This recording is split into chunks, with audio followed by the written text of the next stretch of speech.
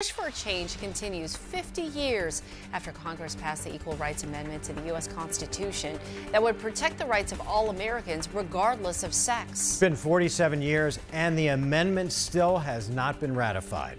Today, supporters of the Equal Rights Amendment marched through Phoenix urging Arizona legislators to make Arizona the 38th and final state to ratify the amendment to the Constitution. Supporters say the amendment would protect women's rights, while others say it's not necessary.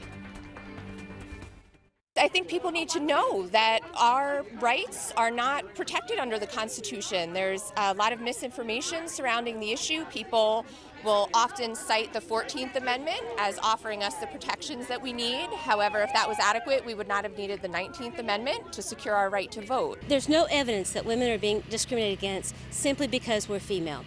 All the problems of the 60s and the 70s, those have all been changed by countless federal laws, state laws that protect women. What the Equal Rights Amendment really is about enshrining abortion into the United States Constitution. Supporters of the amendment plan on marching throughout Phoenix for the next 3 days for a total of 38 miles.